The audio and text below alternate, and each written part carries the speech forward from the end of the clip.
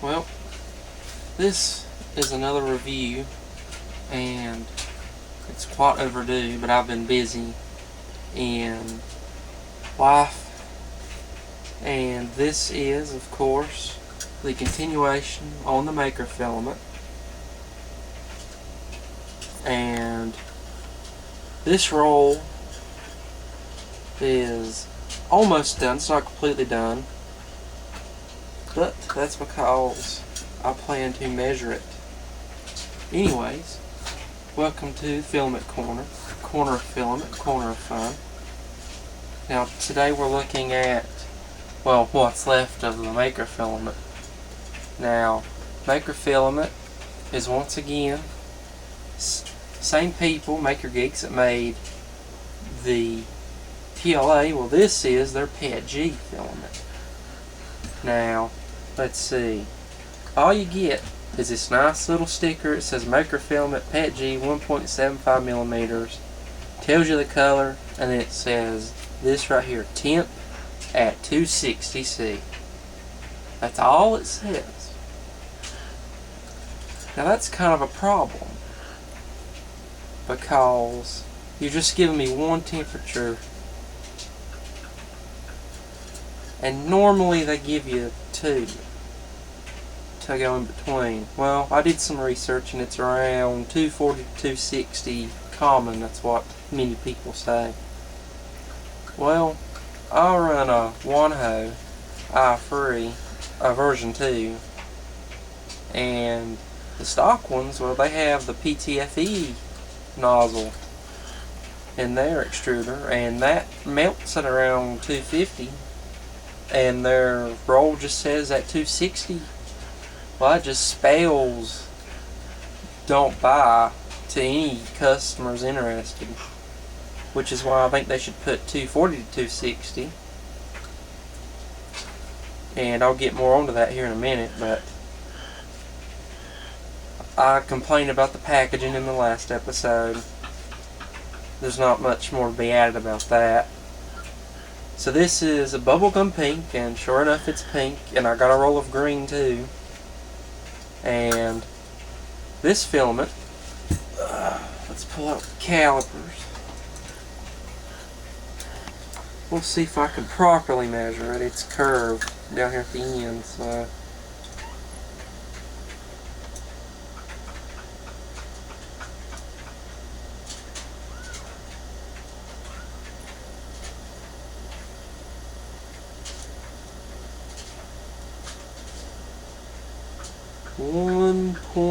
.83. I don't know if that's right. Zero it out. Filament's curved, might be affecting it.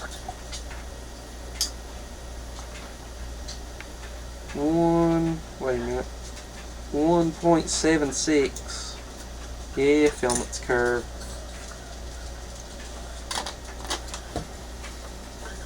But 1.76, I mean, that's within a good tolerance.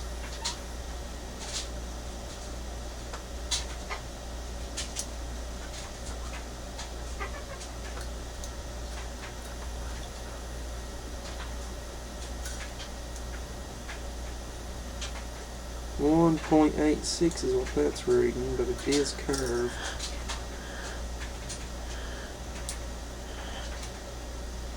Well, it keeps on saying around 1.86 on that.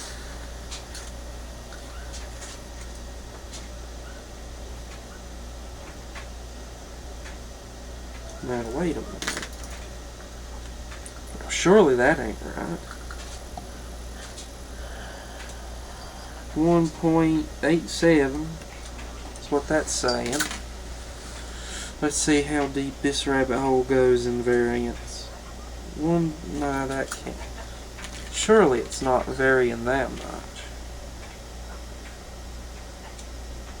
1.75, that's right.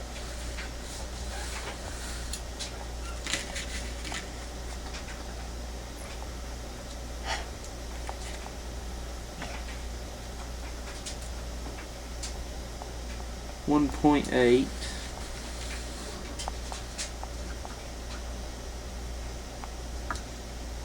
1.78. So it appears to be varying, but at the same time though, I'm at the end here and it's all curling, so that could be affecting my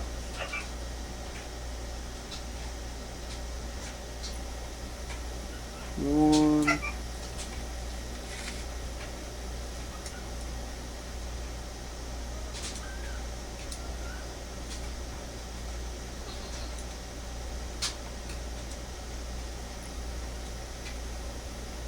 Around 1.78.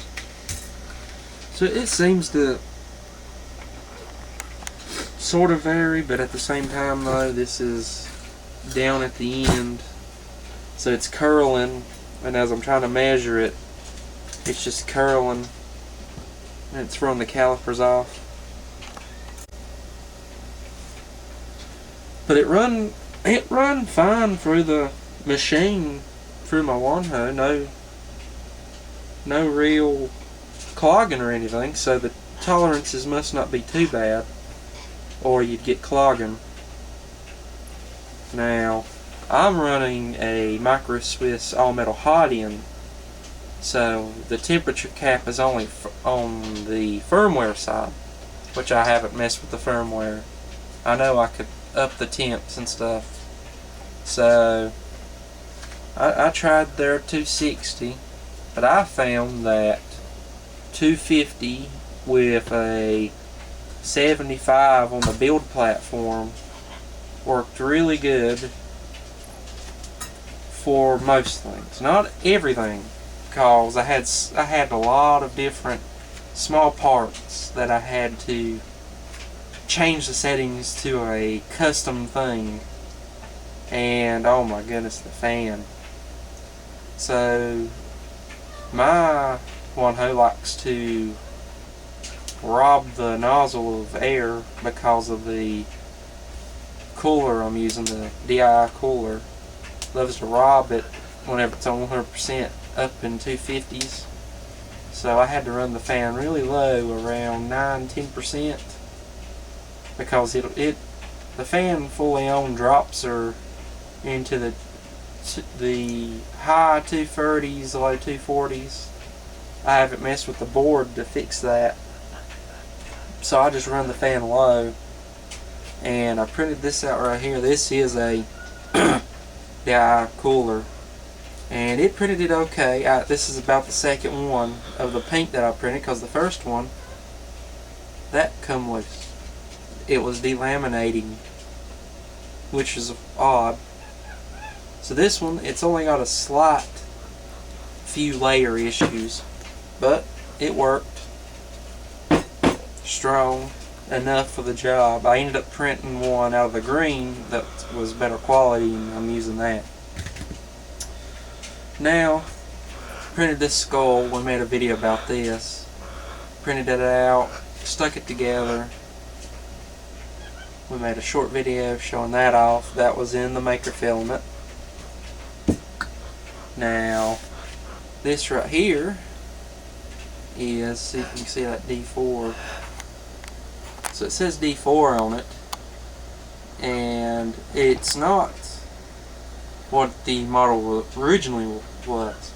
Originally, it was for, what was it? I think it was for the Duplicator 4 somebody made. But this is for the flexible filaments. This is the flexible plate.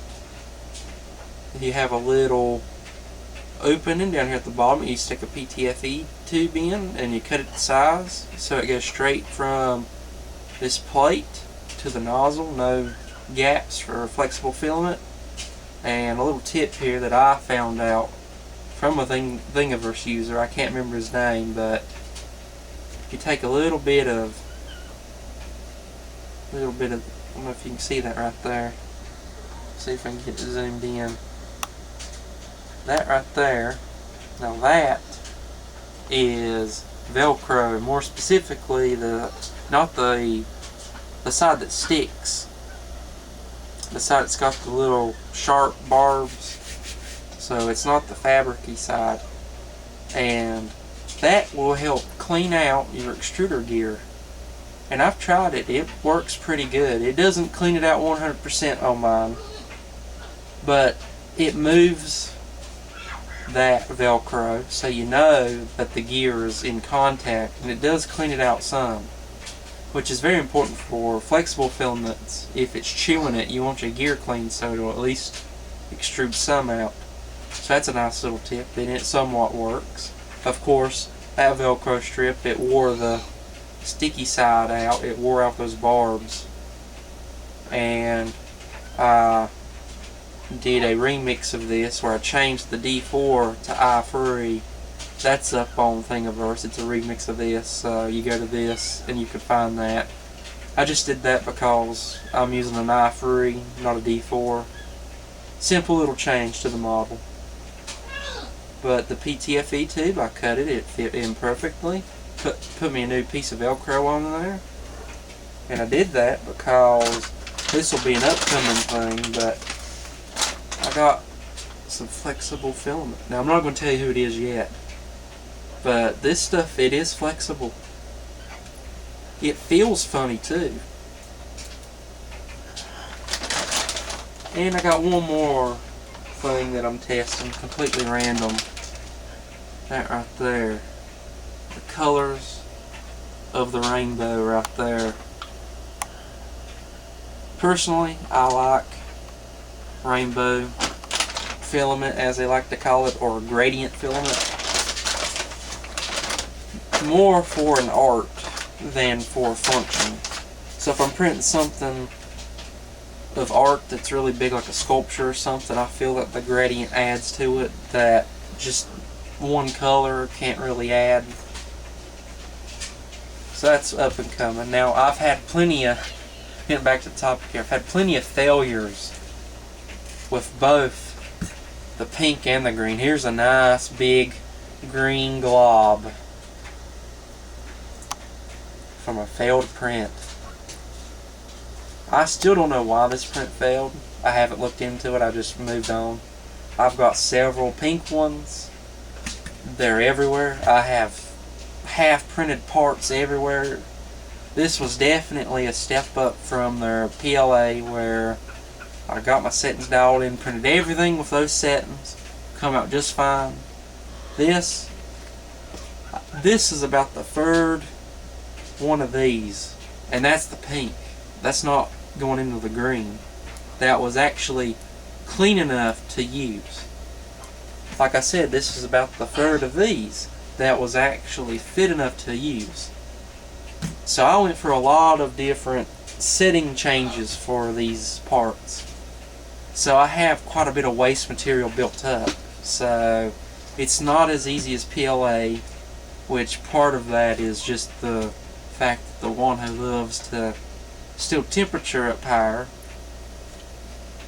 But 240 to 260, you think, well, okay, so can I use this with a stock one-hoe? Well, I did this little print right here, and I've done these plenty of times. It's just a little octopus.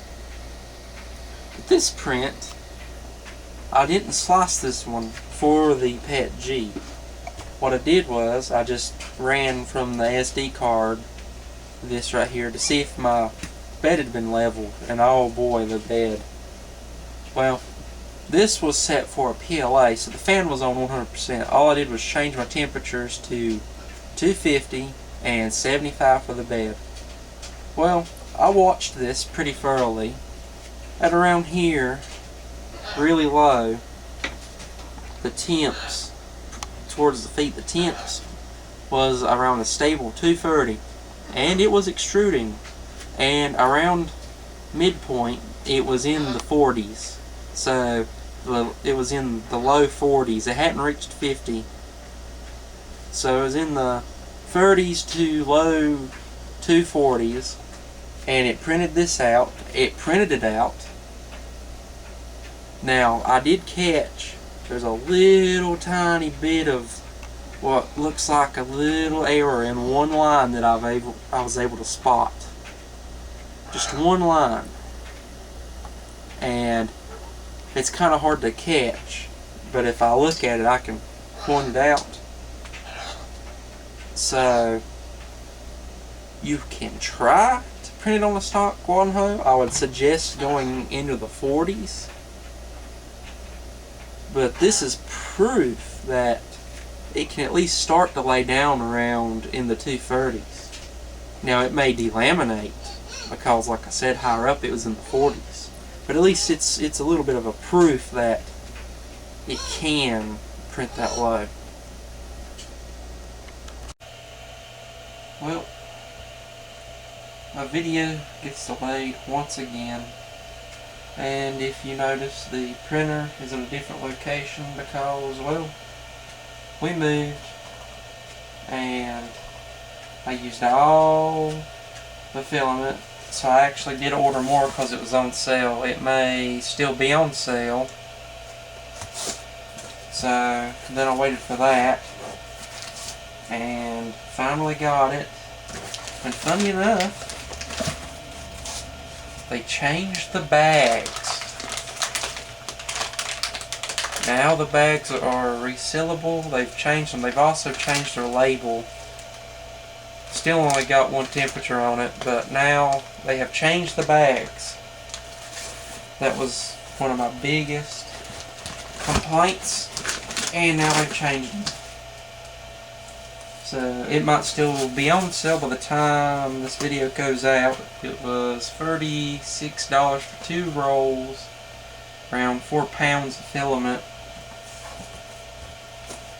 So, been moving. The video gets delayed once again. Found out they changed the bags, so I guess it's a good thing it got delayed because that's been changed. And I thought having one temperature was worse.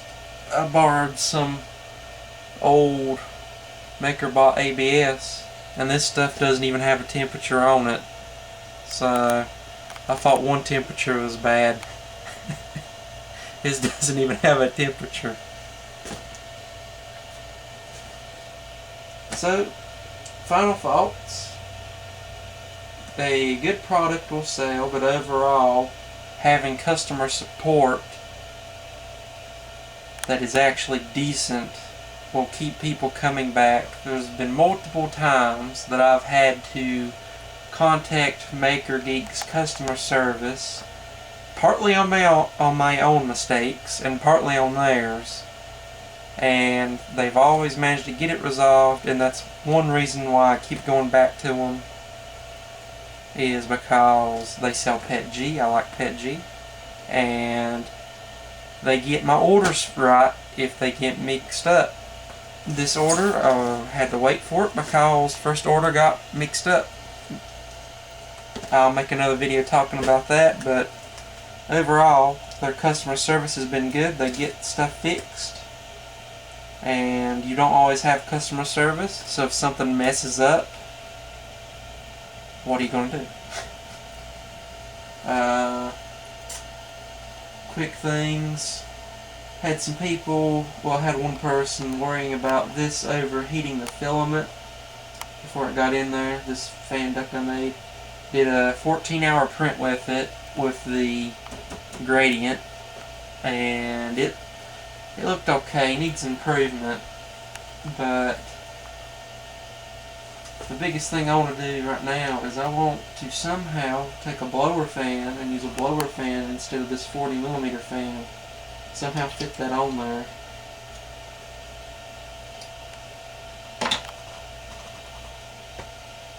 But that's about it. Moved. Got my OctoPi server set up thanks to 3D DIY Tech, I think that's his name. I'll link his channel below. Great series on it. It was simple. I was able to follow it. So I got that done too, so I can actually do some video time lapses using that. So that's it, basically. There'll be a follow-up video related to Makergeeks, but it won't be a review per se. Well, that's it. I'm still in a corner. I guess I'll talk to you on the next video with filament review, more than likely.